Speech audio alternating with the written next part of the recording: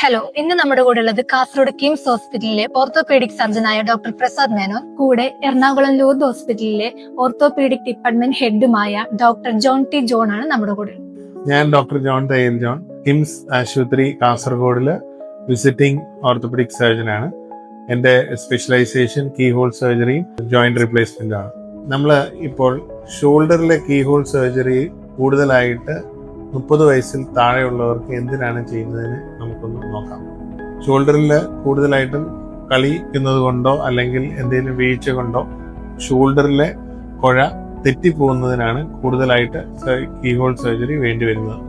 30 വയസ്സ് വരെ നമ്മൾ ഇതിൽ ഒരു തവണയോ അല്ലെങ്കിൽ 2 or 3 തവണയോ കൂടുതൽ തെറ്റിക്കഴിഞ്ഞാൽ ഒരു CT സ്കാൻ എടുക്കുകയും അതിൻ്റെ റിപ്പോർട്ട് പ്രകാരമാണ് എന്ത് സർജറിയാണ് ചെയ്യുന്നതെന്ന്.